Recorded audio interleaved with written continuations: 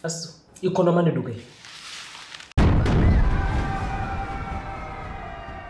Astou est-elle réellement enceinte? Oh non, ce serait trop grave les gars. Franchement, d'un côté, on a vraiment l'impression que Bintou est en train de tirer des conclusions trop hâtives. Mais de l'autre côté, vu la dégaine, le costume qu'on a choisi pour Mustapha là, il n'a pas l'habitude de s'habiller comme ça, tu vois. D'habitude, il s'habille, voilà, responsable. Mais là, on le voit en mode casquette et tout. Ça fait genre bad boy, je sais pas, ça m'a donné cette impression. Donc ça se trouve, c'est possible, hein, même si franchement, j'ai confiance en Mustapha et Astou. Je sais qu'ils peuvent pas être aussi irresponsables, mais franchement, l'amour a ses raisons, les gars. Ces deux-là avaient dit qu'ils feraient tout pour que leur union soit acceptée. Donc ça se trouve, c'est le moyen qu'ils ont trouvé, hein. En plus, dans l'épisode 0, souvenez-vous, on voit Ousmane Diaby qui se met entre son fils et Astou comme pour interrompre ce mariage, comme pour s'opposer à leur union. Mustapha va-t-il finir par réellement décevoir son père, quoi? Ah, franchement, j'ai hâte que les résultats des analyses arrivent, je vous jure. Sinon, j'ai beaucoup aimé le comportement de Mustapha et sa mère face aux provocations de Bintou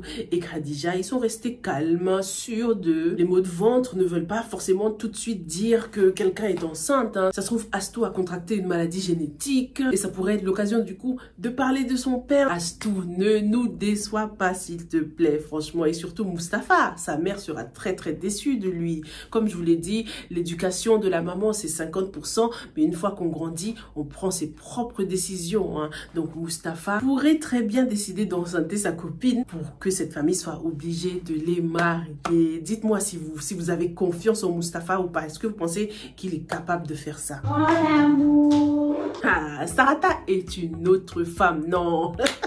J'étais trop contente de la voir faire des efforts pour garder son mari. Preuve que malgré toute sa folie, elle y tient quand même à son Djibril. Sarata a compris que the way to a man's heart, c'est par le ventre. Et ça lui fait plaisir aussi à Djibril, hein, les petites attentions comme ça. Il a tout de suite voulu lui faire plaisir aussi en lui proposant un week-end. Il connaît bien sa famille, il sait qu'elle aime ce genre de choses. Donc franchement, bravo. Et elle devrait dire merci à Khadija aussi, hein, parce que sans elle, Sarata n'aurait pas réalisé le potentiel de son mari. Khadija se rend compte que sa belle-mère est une collaboratrice de valeur pour son entreprise. Je ne savais pas que tu travaillais ici. Contrairement à lorsqu'elle est à la maison, Seynabou est très respectée, complimentée, estimée au travail. Beaucoup de personnes reconnaissent sa valeur et ça a vraiment du mal à passer, hein, pour Khadija. Ça se voit qu'elle avait du mal à sourire à sa belle-mère. En tout cas, il faut qu'elle fasse gaffe parce que Seynabou a le pouvoir de la faire virer, hein.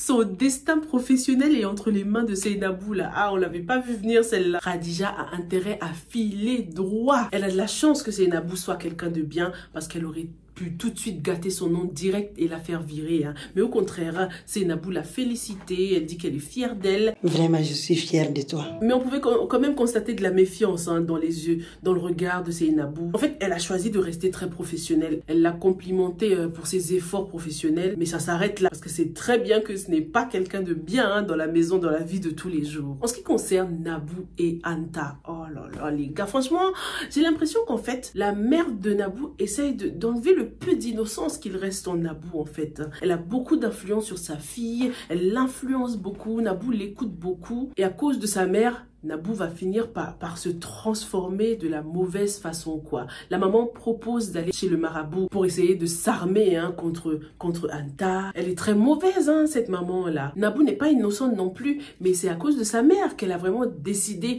de séduire Mustapha. Elle a un petit côté naïf que sa mère fait tout pour effacer, quoi. En ce qui concerne Anta, elle y va doucement mais sûrement, hein. Elle n'a pas encore attaqué. On dirait qu'elle est en train de préparer son plan dans l'ombre. On a vraiment hâte de voir ça, hâte de voir comment est-ce qu'elle va s'y prendre, hein, pour se débarrasser de Nabou. On se rend compte que Nabou a beaucoup d'avantages, hein. Elle a l'avantage de la famille de Mustapha, la famille de son mari et sa famille à elle, plus le soutien de Mustapha, son mari. Donc cette bataille va être très compliquée pour Anta qui, elle, ne peut compter que sur le petit amour qui reste, hein, entre elle et Mustapha, quoi. Franchement, il y a trop de problèmes qui entourent les Mustapha là. Ah là là là là. Dites-moi ce que vous avez pensé de cet épisode. Est-ce que vous pensez que Astou est vraiment enceinte? Est-ce qu'ils nous ont fait ça, les gars? Non, ils peuvent pas nous décevoir comme ça. En plus, le pauvre Papa Diaby ne le supporterait vraiment pas si son seul fils, sur qui il compte le plus,